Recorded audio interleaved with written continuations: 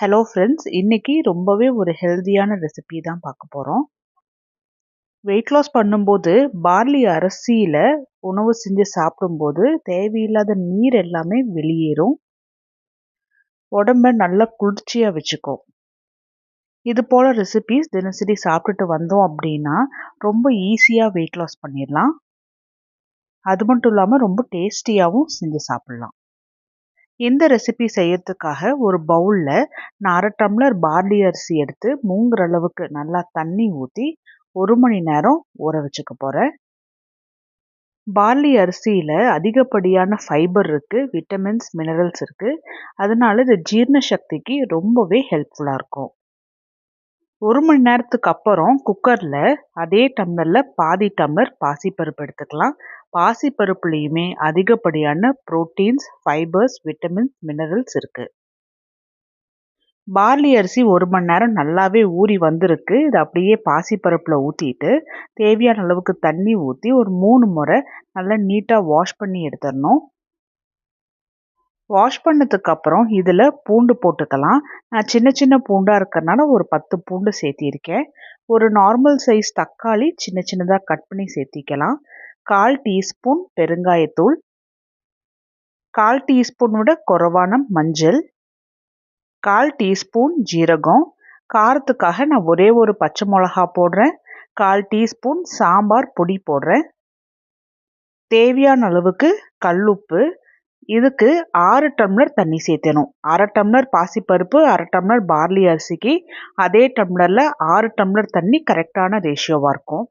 சின்ன சின்னதாக கட் பண்ணி வச்சுருந்த ஒரு நார்மல் சைஸ் கேரட்டும் போட்டு ஒரு 6 விசில் விட்டு எடுத்துடணும். அப்போ தான் பாசிப்பருப்பும் பார்லி அரிசியும் நல்லா வெந்து வந்துடும். 6 விசில் நல்ல விசில் அடங்கினதுக்கு அப்புறமா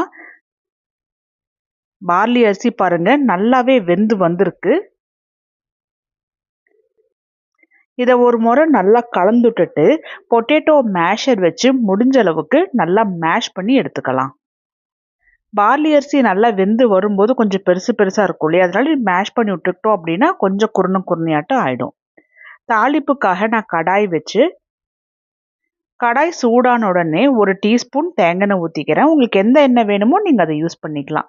எண்ணெய் சூடான உடனே 1/4 டீஸ்பூன் கடுகு, 1/4 டீஸ்பூன் ஜீரகம், கொஞ்சமாக கருவேப்பிலை போட்டு அப்படியே நல்லா தாளி போட்டுட்டு 1/4 டீஸ்பூன் குருமிளகு நான் நுணுக்கி வச்சுருக்கேன். அதையுமே எண்ணெயில் போட்டு கொஞ்சமாக வறுத்தது போல் எடுத்துக்கணும்.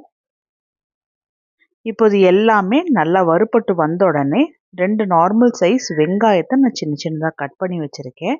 அதையுமே எண்ணெயில் போட்டு நல்லா பொன்னிறமாக வர அளவுக்கு வறுத்து எடுத்துட்டு ரெடி பண்ணி வச்சுருந்த பார்லியும் பாசிப்பருப்பையும் உள்ளே போட்டுடலாம். வெயிட் லாஸுக்காக நம்ம பார்லி கிச்சடி தான் ரெடி பண்ணிகிட்ருக்கோம்.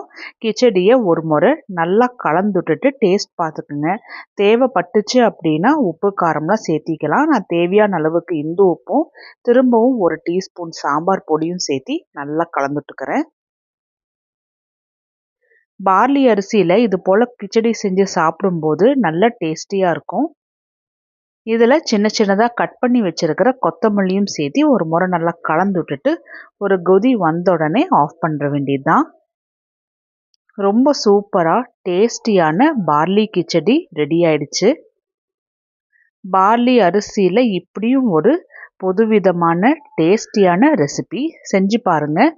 இது வெயிட் லாஸ் பண்ணுறவங்களுக்கு மட்டும் இல்லை, சுகர் இருக்கிறவங்களுக்கும் ரொம்பவே யூஸ்ஃபுல்லாக இருக்கும். இனியும் எதுக்கு வெயிட் லாஸ் பண்ணுறவங்களா இருக்கட்டும், சுகர் இருக்கிறவங்களா இருக்கட்டும், ஒரு டேஸ்ட்டே இல்லாத சாப்பாடை சாப்பிட்டு கஷ்டப்படணும். இது போல் விதவிதமாக நல்ல ருசியான சாப்பாடை சாப்பிடுங்க.